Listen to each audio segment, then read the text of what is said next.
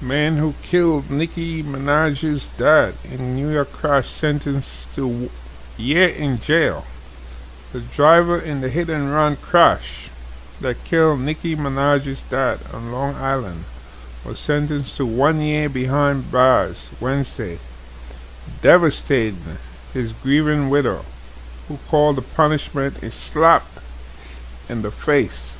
Nassau County Judge Howard Sturim handed down the county jail time to Charles Polevich, a 72-year-old businessman who admitted to striking Robert Maraj and leaving him on the side of a road. Wow. In Mineola in February 2021.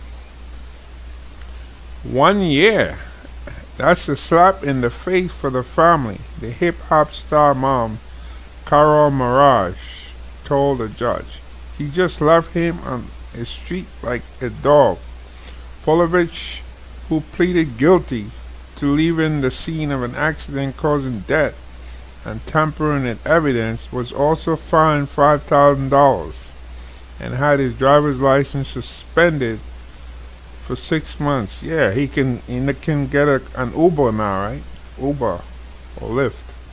The judge reprimanded Polevich for his cold and callous reaction to hitting Maraj, a 64-year-old electrician, and said the criminality here was a result of the defendants leaving the scene.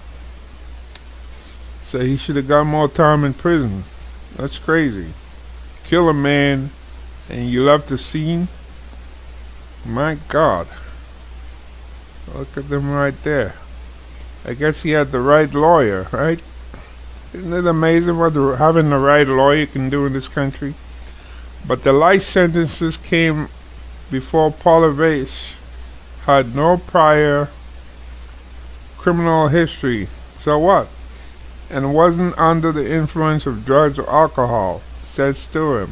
He added that his criminality was not the cause of death. Prosecutors had recommended a sentence of 1 to 3 years. Polevich will likely end up serving a reduced sentence of 8 months, said his lawyer Mark Gann. Your Honor, this is not a good citizen in my eyes, Carol Maraj said. He looked at him and left him on the roadside. Is that a good citizen? Yeah. Outside the courtroom, Maraj told reporters her spouse had been packed and ready to fly to California to see his newest grandson, Nicki Minaj's then 1 year old, on the day he was killed. She had been very, very sad, Maraj said of her daughter. Wearing glasses and a somber expression, Polevich also spoke in court, offering his sincerest apology to the victim's family. I feel deep sadness and remorse for the loss of Robert Maraj's life. I feel compassion for his wife, Miss Maraj, and his family. I had no malicious intent, he said. I completely accept. Yeah, right. But he left him on the side of the street. After the crash last year, Polevich got out of his vehicle and asked Maraj if he was okay before walking back into his 1992 Volvo and driving away without calling 911, according to the criminal complaint. He drove home and parked the car in his garage and covered it with tarp.